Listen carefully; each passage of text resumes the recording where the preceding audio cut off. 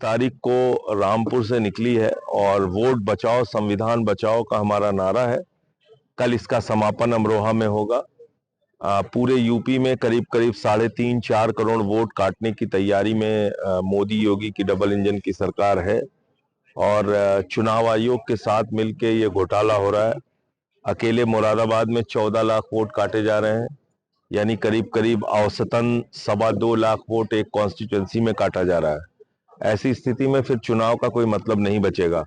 जो काम इन्होंने बिहार में किया वही यूपी में दोहराने जा रहे हैं। बिहार में भी 60-60, 70-70 हजार वोट एक एक कॉन्स्टिट्यूंसी में काटे थे और वहां से बीजेपी 8,000, 10,000 वोट से जीती। अब अगर 2.25 लाख वोट कट जाएगा तो फिर बीजेपी के लिए एक तरफा चुनाव रहेगा।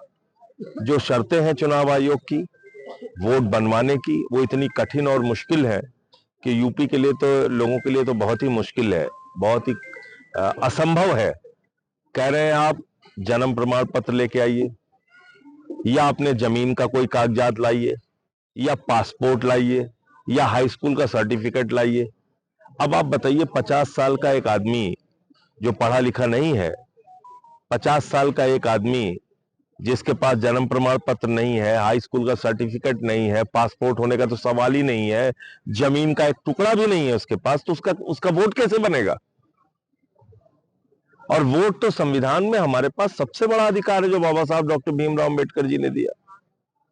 और उन्होंने कहा राष्ट्रपति से लेकर चपरासी तक के वोट की गिनती एक होगी, वोट का किसी का ज्यादा और कम नहीं गिना जाएगा। और आप उसी वोट पे चोरी कर लेना चाहते हैं, वो भी 4 करोड़। पंजाब की आबादी है 3 करोड़। एक राज्य की आबादी से 1 करोड़ ज्यादा वोट, कई छोटे छोटे राज्यों का जितना, कई राज्यों को मिला लेंगे जितना उनका वोट होगा, उससे ज्यादा वोट काटा जा रहा है यूपी के अंदर। अब बाबा जी एक हाथ और आगे कह रहे हैं हम डिटेंशन सेंटर बनाएंगे सबके लिए। तो उत्तर प्रदेश में एक देश बनाना पड़ेगा 4 करोड़ लोगों के लिए। 4 करोड़ जो दलित, पिछड़े, मुसलमान जिनके वोट काटे जाएंगे वो सब डिटेंशन सेंटर में रहेंगे।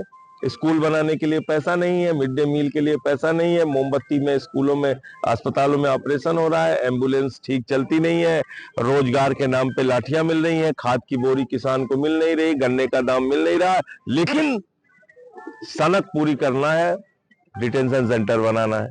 यात्रा से ये कौन सी राजनीति है? उन्नाव पीड़िता जो है राहुल गांधी जमानत दी गई। देखिए, पहली बात तो ये कि इस पूरे प्रकरण में सरकार ने क्या तथ्य रखा कोर्ट में। सीबीआई अब कह रही है कि हम सुप्रीम कोर्ट जाएंगे। सीबीआई ने हाई कोर्ट में कैसे लड़ाई? हम लोगों का बेल का विरोध करना था तब तो जान लड़ा देते थे लोग, पूरी की पूरी ईडी सीबीआई लग के जान लड़ा देते थे कि नहीं, बेल नहीं होनी चाहिए इन लोगों की।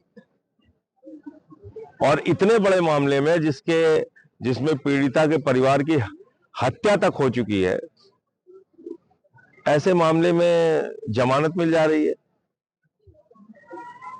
तो सीधी सीधी बात है, बीजेपी के नेता है इसलिए जमानत मिल रही है।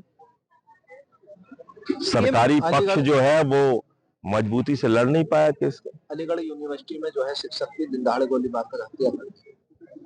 मुझे इस घटना की जानकारी नहीं, मैं तो लगातार पदयात्रा में हूँ, पूरी जानकारी लेके मैं बताऊं। ने एक बयान दिया था जो वोट कटे हैं उनमें बहुत बड़ी तादाद जो है वो बीजेपी वोटर्स की है, और उससे गुमराह नहीं होना चाहिए।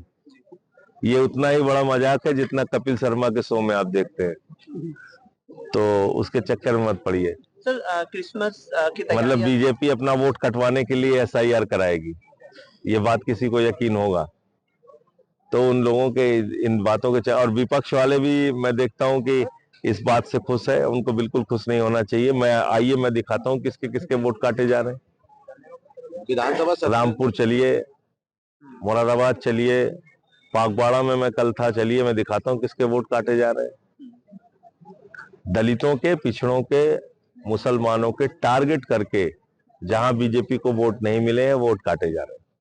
सर, देश भर में क्रिसमस की तैयारियां चल रही है और अब देख रहे हैं कि एक के बाद एक वीडियो आ रही है। पूरे दुनिया में भारत की छवि भारतीय जनता पार्टी खराब कर रही है। बहुत अफसोस की बात है कि जबलपुर में एक नेत्रहीन महिला जो अपने बच्ची के साथ किसी कार्यक्रम में गई थी, वहां पे बीजेपी की महिला नेता पहुंचती है, उसको गालियां देती है और उसके सामने उसकी छोटी बच्ची को इंगित करते हुए कहती है तू इससे धंधा कराने लाई है। ये शब्द है, एक नेत्रहीन महिला का इतना अपमान, और ऐसी पार्टियों को लोग वोट दे के सत्ता में बिठाते हैं। शर्म नहीं आती? प्रधानमंत्री को ऐसी घटना के लिए माफी मांगनी चाहिए। क्रिसमस सेंटा क्लॉज जहां दिख रहे हैं उसको तोड़ रहे हैं, चर्च में घुस के मारपीट कर रहे हैं। ये कौन सी हिंदू धर्म की छवि बना रहे हैं भैया आप? कौन सी हिंदू धर्म की छवि बना रहे हैं? वहां बरेली में चर्च के सामने जाके हनुमान चालीसा का पाठ कर रहे हैं। हनुमान जी ने आपको ये कहा है? हिंदू धर्म ने आपको ये कहा है कि चर्च के सामने जाके हनुमान चालीसा का पाठ करो? अरे भाई, हनुमान चालीसा का पाठ करना है, हनुमान जी के मंदिर में जाएंगे कि चर्च में जाके करेंगे? ये हनुमान जी का सम्मान है कि अपमान है? मुझे मतलब अफसोस है इस बात का कि पूरी दुनिया में भारत की क्या छवि बन रही होगी।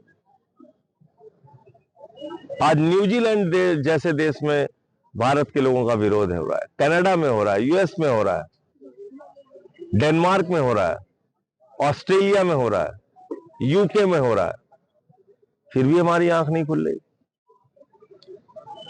सर, ये इन लोगों पर कार्रवाई ना हो पाना, सर, इसी में सवाल है। इन लोगों पर लगातार कार्रवाई नहीं होना, क्या ये सरकार से जुड़े हुए लोग हैं ना, ये बीजेपी से जुड़े हुए लोग हैं, तो क्यों कार्रवाई होगी? विधानसभा सत्र चल रहा है, योगी आदित्यनाथ मुख्यमंत्री का आदेश है कि कोई भी जो माफिया है उसको बख्शा नहीं जाएगा, उसको बुलडोजर की कार्रवाई की। भैया, डायलॉग सुनते सुनते मैं थक गया। उनको कहिए किसी फिल्म में काम करें, अच्छा डायलॉग बोले, थोड़ा तो थक गया सुनते सुनते। सर, ये हिंदू किसी को बख्शा नहीं जाएगा, किसी को छोड़ा नहीं जाएगा। तो बुलडोजर की कार्रवाई सुप्रीम कोर्ट की रोक के बावजूद भी बुलडोजर की कार्रवाई की जा रही है, उसको लेकर क्या कहेंगे? कोडीन मामले में हुई, उसमें क्यों नहीं बुलडोजर चला? उसमें तो नहीं कर दिया है कोडीन मामले में। देखिए, ऐसा है, उसमें तो सरकार के लिए एक भी बच्चा मरा ही नहीं कोडीन सिरप से। सरकार का बयान यही विधानसभा में आया ना कि एक भी बच्चा नहीं मरा।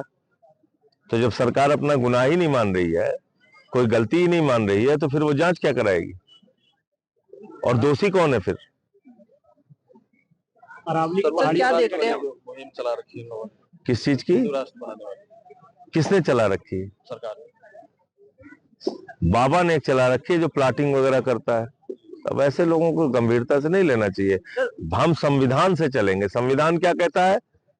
भारत एक धर्मनिरपेक्ष राष्ट्र है। अगर ये बहस शुरू हो जाएगी, कल को कोई कहेगा हमें सिख राष्ट्र चाहिए, कोई कहेगा हमें तमिल राष्ट्र चाहिए, कोई कहेगा तेलंगाना को राष्ट्र बना लो, कोई कहेगा आजाद कश्मीर चाहिए, कोई कहेगा नागा राष्ट्र चाहिए, मैं कहूंगा सुल्तानपुर को एक राष्ट्र बना दो, मैं वहां का राष्ट्रपति बन जाता हूं। अरे, देश संविधान से चलेगा कि ऐसे ड्रामेबाजी कोई भी खड़ा होके हिंदू राष्ट्र चाहिए, अमरोहा राष्ट्र चाहिए, ऐसे थोड़ी चलेगा। इस यात्रा से क्या संदेश देना चाहते हैं? वोट बचाने के लिए घर से निकलिए।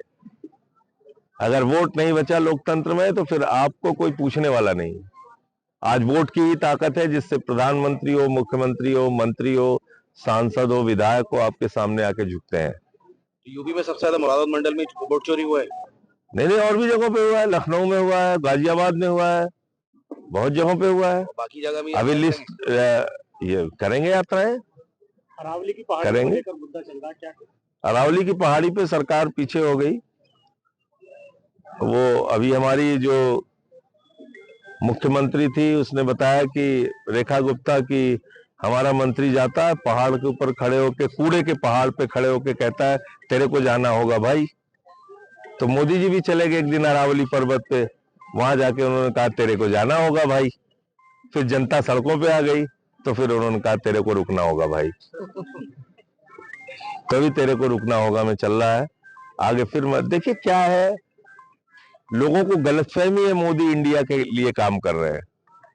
मोदी इंडिया के प्रधानमंत्री नहीं है, वो अडानी के प्रधानमंत्री हैं। ये बात इस देश के लोगों को समझनी चाहिए। उन्नाव की पीड़िता इंसाफ के लिए दिल्ली पहुंची हुई है सर। उस पर बोल तो चुका मैं।